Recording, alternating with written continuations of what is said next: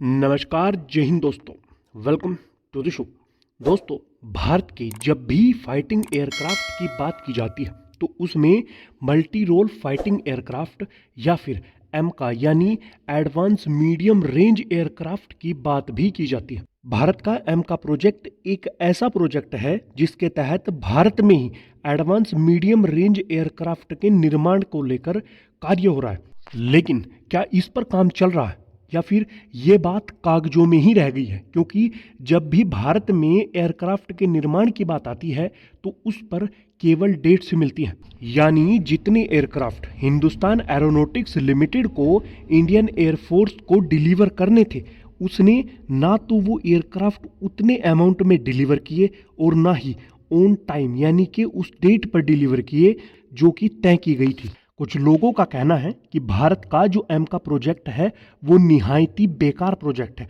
भारत को इसे बंद करके दूसरे देशों से एयरक्राफ्ट खरीदना चाहिए। और दूसरा, आखिर ऐसा क्या कारण है कि हिंदुस्तान एरोनॉटिक्स लिमिटेड ये एयरक्राफ्ट ऑन टाइम डिलीवर नहीं कर पा रहा है? सबसे पहले बात करते हैं हम भारत में एयरक्राफ्ट के निर्माण की। देखिए, ये बात अलग है कि हम दूसरे देशों से एयरक्राफ्ट खरीद सकते हैं और उनका अमाउंट भी ठीक ठाक ही होगा। यानी अच्छे एयरक्राफ्ट के लिए हमें दूसरे देश को अच्छा अमाउंट पे करना होगा।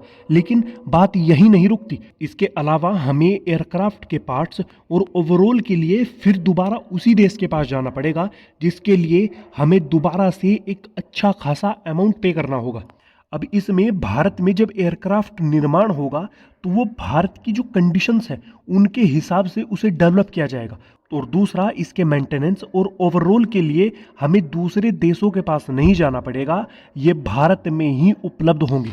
और दूसरा कारण हो सकता है हिंदुस्तान एरोनॉटिक्स लिमिटेड के ऊपर वर्कलोड का।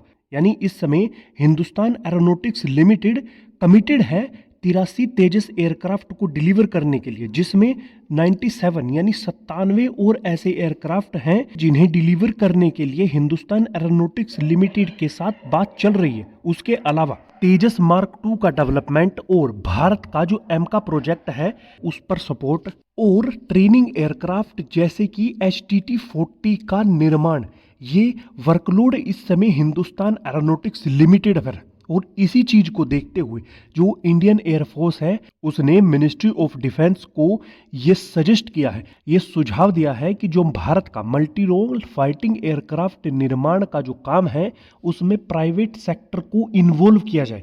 यानी कि जो हिंदुस्तान एरोनॉटिक्स लिमिटेड है उसके वर्कलोड को कम करने के और उसके साथ पार्टनरशिप करने के लिए प्राइवेट सेक्टर को इसमें इन्वॉल्व करना चाहिए, जिससे कि जो प्रोडक्शन रेट है वो और बढ़ेगा और जो HAL को ऑर्डर दिए गए हैं उनको भी वो ऑन टाइम डिलीवर करने के लिए सक्षम हो सकता है। अब इसके लिए कुछ भारतीय और कुछ विदेशी कंपनियां भी शामिल होने के लिए तैयार हैं। यानी कि कुछ ऐसी विदेशी कंपनियां हैं जो भारत के साथ यानी जो हिंदुस्तान एरोनॉटिक्स लिमिटेड के साथ पार्टनरशिप में एयरक्राफ्ट निर्माण के लिए काम करने को तैयार है।